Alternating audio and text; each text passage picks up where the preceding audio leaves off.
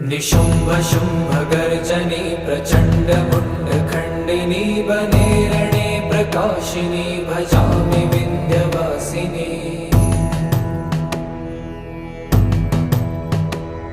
त्रिशूलमुण्डधारिणी धराविघातहारिणी गृहे गृहे निवासिनी भजामि विन्ध्यवासिनी।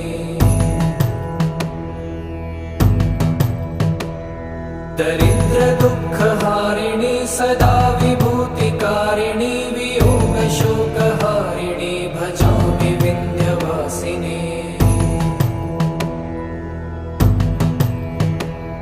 लसत्सुलोललोचनी